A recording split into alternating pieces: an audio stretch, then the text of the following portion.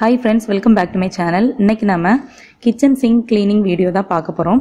So sinkல இருக்கிற அழுக்கு bad odor எதுவும் இல்லாம நல்ல பளிச்சுன்னு புதுசு மாதிரி எப்படி நம்ம ஆக்குறது அப்படினு தான் பார்க்க போறோம்.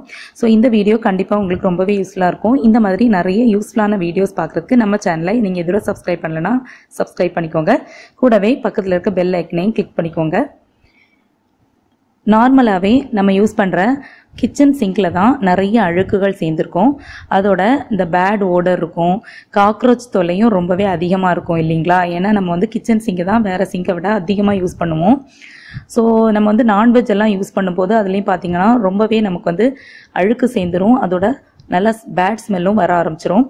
ஸோ இது எல்லாத்தையுமே வந்து நம்ம எப்படி சுலபமாக நீக்கிறது, நல்ல புதுசு மாதிரி பளிச்சுன்னு எப்படி ஆக்குறது அப்படின்னு தான் நம்ம அந்த வீடியோவில் பார்க்க போகிறோம். ஸோ ஃபஸ்ட்டு வந்து இதுக்கு தேவையான பொருட்கள் எதெல்லாம் அப்படின்னு பார்த்துடலாம். நமக்கு இன்னைக்கு கிளீனிங்க்கு கொஞ்சம் பேக்கிங் சோடா, ஒரு ஹாஃப் லெமன், அப்புறம் வினிகர், இந்த 3 ஐட்டம்ஸ் தான் தேவை. சிங்க் வந்து இப்படி தான் இருக்குது. நான் வந்து டெய்லி நல்லா க்ளீன் பண்ணிட்டு இருக்கிறேன் அப்படிங்கிறதுனால ரொம்ப அழுக்கு இல்லை. நீங்கள் வந்து யூஸ் பண்ணுறது ரொம்ப அழுக்கு சேர்ந்த சிங்காக இருந்தால் கூட இதே மெத்தட் நீங்கள் யூஸ் பண்ணுங்கள். கண்டிப்பாக உங்களோட சிங்க் வந்து புதுசு மாதிரி ஆகிடும். ஃபர்ஸ்ட் இதில் நம்ம பேக்கிங் சோடா வந்து எல்லா இடத்துலையும் படுற மாதிரி நல்லா தூவி விட்டுக்கோங்க.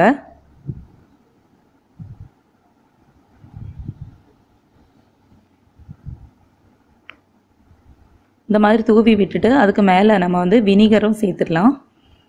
இந்த வினிகரை பேக்கிங் சோடாக்கு மேலே சேர்க்கும்போது உங்களுக்கு பார்த்தாலே தெரியும், அந்த கெமிக்கல் ரியாக்ஷன் நடந்து அப்படி பபிள்ஸாக வர ஆரம்பிக்கும். ஸோ நார்மலாகவே இந்த பேக்கிங் சோடா வினிகர் எல்லாம் ஆட் பண்ணும்போது அந்த நச்சு கிருமிகள் இருந்துச்சுன்னா அதுவும் அழிஞ்சிடும். அதோட பேட் ஸ்மெல்லும் வந்து போயிடும், நம்மளோட சிங்கும் பளிச்சுன்னு ஆகிடும். ஸோ 10 மினிட்ஸ் அப்படியே விட்டதுக்கு அப்புறமா ஒரு ஹாஃப் லெமன் வச்சுருந்தோம் இல்லைங்களா, அதை வச்சு நல்லா தேய்ச்சி விட்டுக்கோங்க.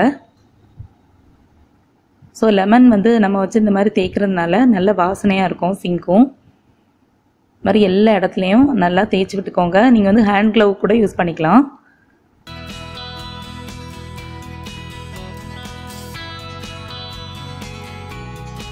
தேய்ச்சி விட்டுட்டு நார்மலாக இருக்கிற ஒரு ஸ்க்ரப்பர் எடுத்துக்கோங்க. ஸ்டீல் ஸ்க்ரப்பர்லாம் எடுக்காதீங்க, அது வந்து ஸ்க்ராட்ச் விழுந்துடும். நார்மலாக ஒரு ஸ்க்ரப்பர் எடுத்து அதில் சோப் எதுவுமே எடுக்க தேவையில்லை.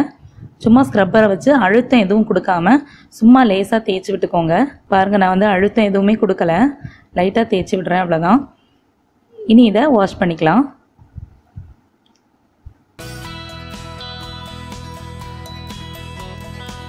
ஸோ வாஷ் பண்ணதுக்கப்புறம் சிங்க் வந்து இப்படி தான் இருக்குது. நான் வந்து சோப் எதுவுமே யூஸ் பண்ணல. நான் வந்து உங்களுக்கு காமிச்ச 3 ப்ராடக்ட்ஸ் தான் யூஸ் பண்ணியிருக்கிறேன். என்னோட சிங்க் வந்து நல்லா பளிச்சுன்னு பேட் ஓடர் எல்லாம் இல்லாமல் நல்லா பளிச்சுன்னு புதுசு மாதிரி ஆக்கிடுச்சு.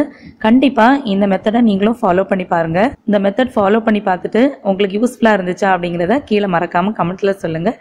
இந்த மாதிரி நல்ல யூஸ்ஃபுல்லான வீடியோஸ் பார்க்குறதுக்கு நம்ம சேனலை மறக்காமல் சப்ஸ்கிரைப் பண்ணிக்கோங்க. இன்னொரு யூஸ்ஃபுல்லான வீடியோவில் உங்கள் எல்லாரையும் மீட் பண்ணுறேன். தேங்க்ஸ் ஃபார் வாட்சிங் ஃப்ரெண்ட்ஸ்.